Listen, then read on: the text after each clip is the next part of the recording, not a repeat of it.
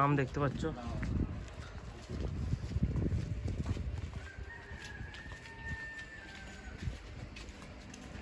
আমরা এখন অন্য জায়গায় যাচ্ছি মাছ ধরার জন্য। কেন দেখলে আগের ক্ষেপটাতে যেটা দিলাম সেটাতে মাছ পড়লো না। আর এখন আমরা এই আম গাছের তলায় এসেছি। এখানে আশা করা যায় মাছ থাকবে।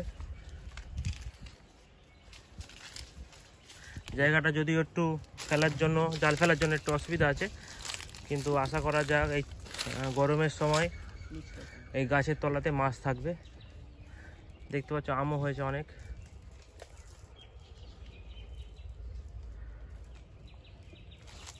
আর এই যে মেসো জাল ফেলছে।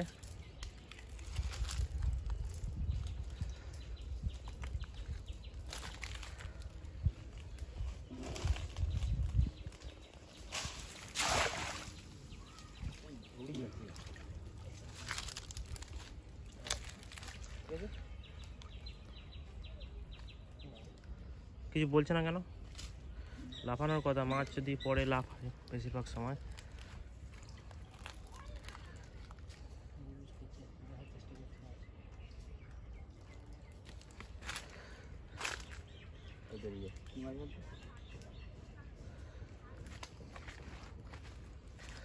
টান দিচ্ছে মেসো? বেরিয়ে গেল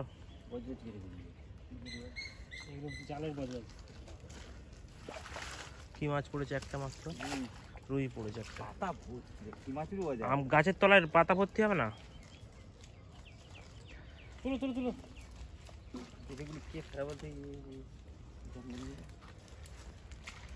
পুকুরে একটু জঙ্গল থাকবে না? জল লাগছে তখন কত মাছ পড়ছে না এখন।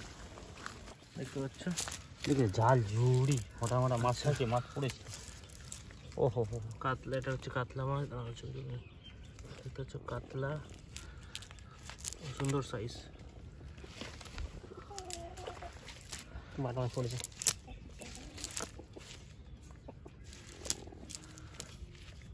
রুই,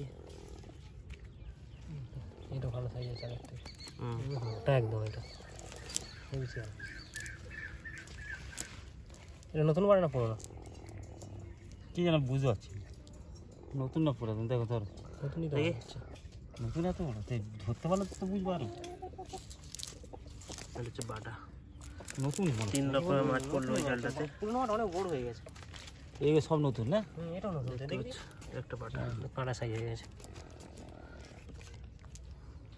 এই বাটাটা কিরকম দাম যাবে? 160। 160। বাটা মাছের দাম সবসময় বেশি। আর এই দেখতে পাচ্ছ আমাদের বাড়ির মুরগি। কই দেখি, এখন একটা মাছ আছে। আর একটা ছোট মাছ দেখতে পাচ্ছ, ছোট রুই। ছোট রুই। এই আমাদের বাড়ির মুরগি দেখতে পাচ্ছ।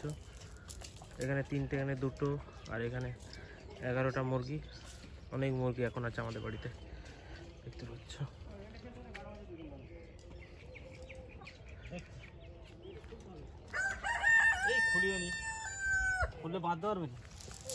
তো এখানে ভিডিও শেষ করছি। ভালো লাগলে সাবস্ক্রাইব করতে ভুলবে না।